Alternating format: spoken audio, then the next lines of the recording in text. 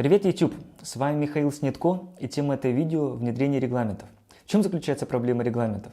Дело в том, что роль регламентов во многих компаниях понимается неправильно. В чем заключается проблема? Существует два перекоса. Первый перекос – это отсутствие регламентов, когда компания еще на зачаточном уровне, деятельность еще не структурирована. И второй перекос – это чрезмерное засилие регламентов, когда регламентируется каждый чих. Существуют три фазы развития управления. Что это за фаза? Первая стадия – это хаос. Чем характерен хаос? При хаосе страшно правила соблюдать и не страшно правила нарушать. В хаосе, если кто-то что-то сделал не так, то определить кто и что практически невозможно. Вторая стадия – это беспорядок. Что такое беспорядок? Беспорядок – это когда кто-то что-то сделал неправильно, то понятно, кто и что. Тут наблюдается интересная закономерность. Дело в том, что переход от хаоса к порядку, как правило, происходит через беспорядок. Дело в том, что регламенты как раз являются первым шагом от хаоса к беспорядку. И третья фаза – это организованность. Что такое организованность? Организованность – это когда в компании порядок. Что такое порядок? Порядок – это когда страшно правила нарушать и радостно правила соблюдать. Поэтому правильная организация регламентов дает возможность сознательной части персонала строить свое поведение. Правильно! При помощи регламентов руководитель показывает своим сотрудникам, что он от них ожидает. В этом случае регламенты предупреждают людей, что с ними будет, если они эти регламенты, не дай бог, нарушат. Фактически в компании убирается произвол и вводится некое подобие системы. Людям нелояльным доносится, что против них выстраивается система.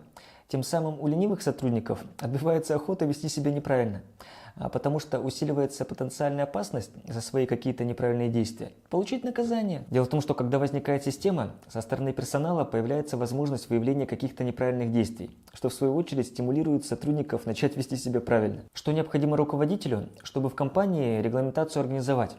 Важно понимать ряд правил, по которым эти регламенты строятся. Что это за правила? Есть так называемые уровни корпоративных регламентов, из которых выделяются 5 ключевых. Первый этап – это критические задачи. Что значит критические? Это набор обязательных действий, которые компания должна выполнять регулярно. Как правило, этот набор критических задач вытекает из стратегии компании. Но если стратегии в компании нет, то этот состав критических задач определить практически невозможно. Успешная компания, в принципе, знает, что ей нужно делать для того, чтобы необходимый результат получить. Но в чем заключается проблема?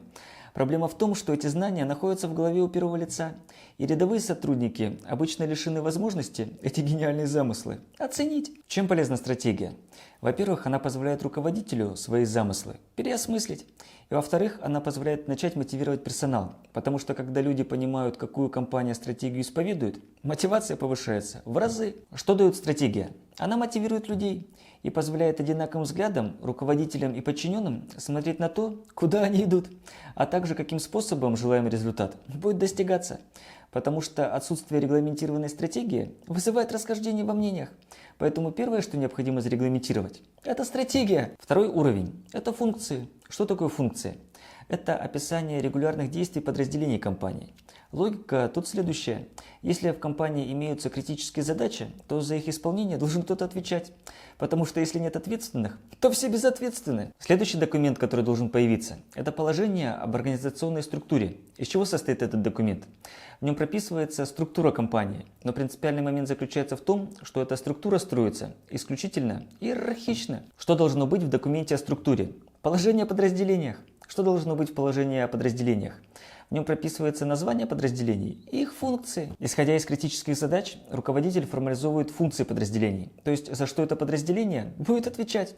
Что еще должно находиться в положении подразделений? Это штатное расписание, перечень должностных инструкций и список личного состава. Третий уровень – это процессы. Если в функциях прописываются регулярные действия, то в процессах прописываются этапы этих действий. Также руководителю важно понимать, для каких целей он этот регламент создает. Поэтому чем лучше он это понимает, тем больше вероятность, что документ получится не пустым. Но частая история с регламентами, когда они в компании есть, но сотрудники про них не знают. Почему так происходит? Дело в том, что человеческая память избирательна.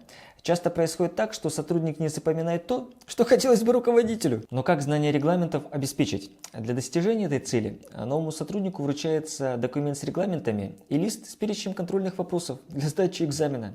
После того, как он этот экзамен сдаст, человек допускается к должности. Для чего это делается? Дело в том, что наличие экзамена как раз и является таким мотивирующим фактором для того, чтобы человек с регламентом познакомился. Каким должен быть регламент? Регламент должен быть прост и охватывать только то, что руководитель может реально проконтролировать, и не касаться тех аспектов бытия компании, которые проконтролировать невозможно. Также система регламентов – это живая система, она закостенеть не может. Но как закостенение не допустить? Для этого в регламенте регламентируется постоянный анализ эффективности регламента. Что значит постоянный? Постоянный – это не значит, что компания только тем и занимается, что строчит регламенты. Постоянный предполагает то, что эти действия по пересмотру регламента имеют определенную регулярность. Для чего это делается? Такой периодический аудит бизнеса необходим для того, чтобы определить, насколько эффективно функционируют те или иные бизнес-процессы. Но главное, чтобы это регламентирование не превратилось в корпоративную глупость. Откуда корпоративные глупости берутся? Это побуждение тратить энергию не на выполнение работы, а на соблюдение бюрократии. Но что еще важно руководителю учитывать? Современный руководитель не может действовать одним или двумя инструментами. Дело в том, что решение управленческих задач не может ограничиваться каким-то одним инструментом. Например, только регламентами или только мотивацией. Поэтому важно уметь применять комплексный подход, потому что любая попытка решать вопросы только одним инструментом обречена на провал. Поэтому, если руководитель намерен быть эффективным, важно понимать, что и каким инструментом решается, а что нет. Потому что у каждого регламента есть свои конкретные задачи. И регламент не может решить все. Почему это важно учитывать? Чтобы регламенты не превратились в ту сковороду, забивающую гвозди. Также один из ключевых принципов, на котором базируется управление, это бесполезно компенсировать тактическими успехами стратегические просчеты. О чем идет речь? Другими словами, не имея стратегии, нет смысла настраивать управление. Иными словами, кто управляет хвостом? Собака или хвост управляет собакой? Проблема заключается в том, что как бы мы ни настраивали хвост, к сожалению, может, к счастью, собакой он управлять не начнет. Рано или поздно все корпоративные кризисы возникают вследствие неправильной организации системы управления. Во многих компаниях, которые испытывают замедление роста или растут не так быстро, как им бы хотелось, проблема заключается в том, что система управления, которая сложилась в компании, размерам бизнеса не соответствует. Как происходит процедура регламентирования? Первичная стратегия материализуется в виде регламентов, когда общий замысел первого лица приобретает форму документа, который имеет ряд конкретных параметров, то есть как компания планирует развиваться дальше. Что дает формализация идеи на бумаге? Она позволяет получить ясность. Более того, оцифрованные идеи становятся доступны для понимания окружающих, у которых появляется возможность на эту тему подискутировать. На самом деле, лучшее командообразование получается не с пьянки на природе, а вокруг корпоративной стратегии.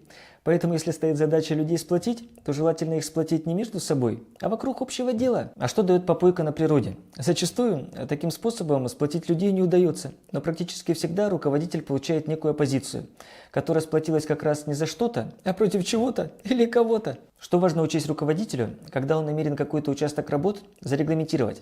Это ответить себе на вопрос, каким способом он собирается этот регламент поддерживать. Какие существуют инструменты поддержки регламентов? Их три. Это распоряжение, документирование и корпоративная культура. Что такое распоряжение? Это акт управления, который производится руководителем для того, чтобы решить какой-то вопрос.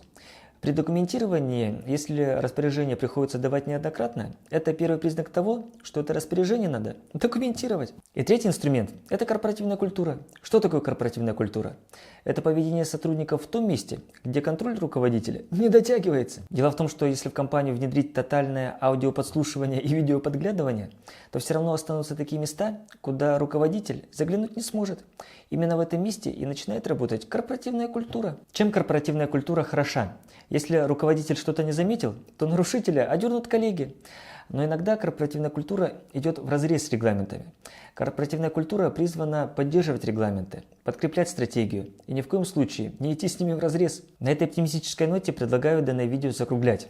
Многие компании заражаются управленческими причудами, независимо от того, пригодны они в их конкретном бизнесе или нет.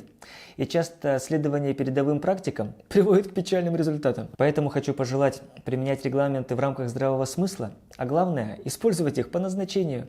А также желаю вдохновения, упорства в саморазвитии, неиссякаемого чувства юмора и критичности мышления, чтобы на жизненном пути правильно оценивать свои успехи и неудачи. Подписывайтесь на мой канал, высказывайте свою точку зрения в комментариях, ставьте лайки. Увидимся в следующих видео. Пока!